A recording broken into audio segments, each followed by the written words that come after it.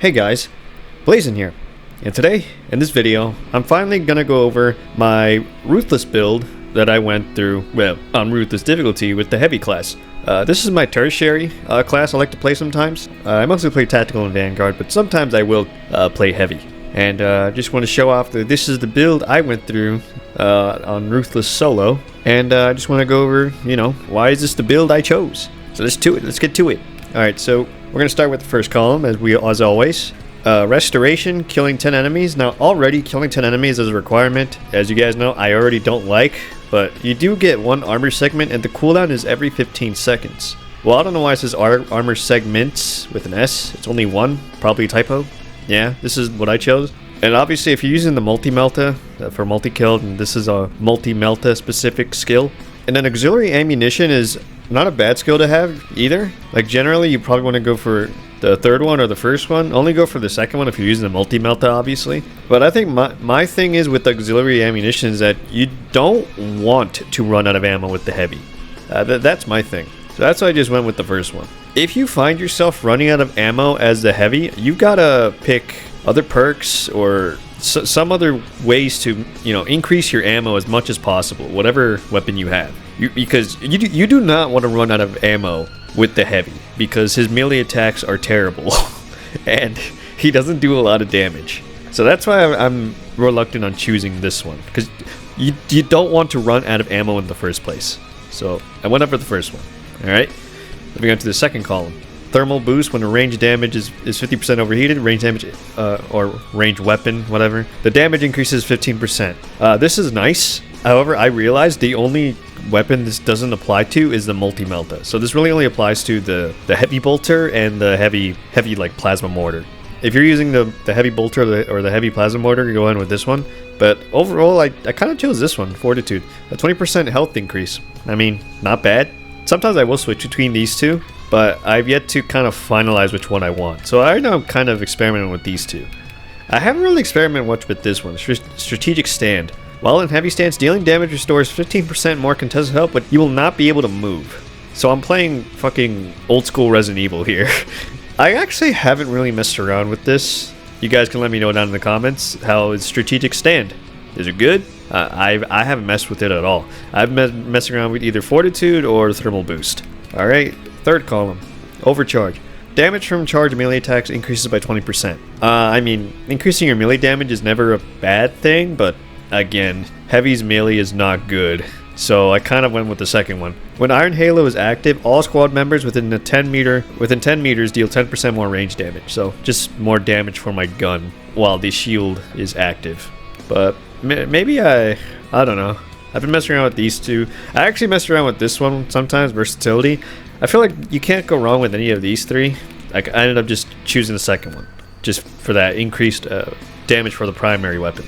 And for the team, obviously, I've been screaming about ammo. Ammo capacity for all squad members' primary weapons increases by 25%. I would almost argue it's a must if you main heavy. Like, you want to have as much ammo as possible. I will stress this even more. You do not want to run out of ammo with this class. Alright, moving on to the Iron Halo, what I used during my solo Ruthless runs. I used Emperor's Protection. When Iron Halo expands all its energy, one armor segment is restored for all squad members. So this includes your teammates if you're playing online. And of course for you as well. And that's actually one of the reasons why sometimes I keep my Iron Halo on all the way, and especially depending on the situation. Obviously, so when it does run out, I will have another armor segment, and this is kind of nice. It goes along with restoration, so I get like 2 armor segments depending on the situation. And then this one gives you an equipment charge, but it's just like, do any of you guys use the equipment charge, like restorations? Like, I don't find that valuable really, so I skipped that one. I tried this one. After Iron Halo deactivates, you take 20% less health damage for 5 seconds. The thing about this one is that you do not want to take health damage, like, in general. Like, that's why I kind of went with these two, like Emperor's Protection and Restoration. You want armor. You do not want to lose health. So I will choose any skills to get my armor back as quick as possible, or any way possible. I do not want to get to the point where my health starts taking damage. So that's why I kind of chose, Emperor's Protection and Restoration. I think these two complement each other well. Moving on, I think Iron Halo's durability increases by 20%. This has been noticeable, especially during, I guess a good example would be when you're on Vox Liberatus, when you're facing the demon host. The amount of damage, incoming damage you can block with this perk is immense. Like you're gonna be able to block more of his projectile bullshit coming out of you. Versus if you don't have it, and if you had like, I don't know, this one, your Iron Halo is gonna break. Just an example on the Vox Liberatus demon host. So I just ended up with that one. And then on the third one, I ended up with Brute Force. When Iron Halo is in cooldown, range damage increases by 50%. So this is just something nice. When you don't have Iron Halo, then your primary weapon will be doing... Oh, it's just range damage. So your weapons in general will be doing 15% more damage. So that's nice. The first one is not bad, but you don't want your squad members going down in the first place. So skip that. I actually did try this one. Wrath of the Imperium. When Iron Halo expands all its energy, enemies within a 5-meter radius take significant damage. I've tried this. It's kind of nice. I mean, when the Iron Halo's done, it doesn't visually show, but it kind of like explodes and like pushes whatever is in front of the Iron Halo back, and it outright kills some Minorus enemies. So yeah, it's a nice perk. I don't know if I want Brute Force or Wrath of the Imperium. I like these two. The first one, not so much. And then finally, we come to the signature. You ended up choosing offensive capability. When active, Iron Halo deals damage over time to all enemies within a 5-meter radius. This seems rather tiny though. Whatever damage over time it's doing, it seems to be very small. But hey, I guess damage is damage, and it gives the Iron Halo more utility besides just blocking range shots. So I kind of just went with this one. I mean, coolant reserve is kind of like what I've said before. You don't want to run out of ammo. You don't want to lose health. It's the same thing with this. You don't want your teammates going down. That's just, I don't know, that's just bad.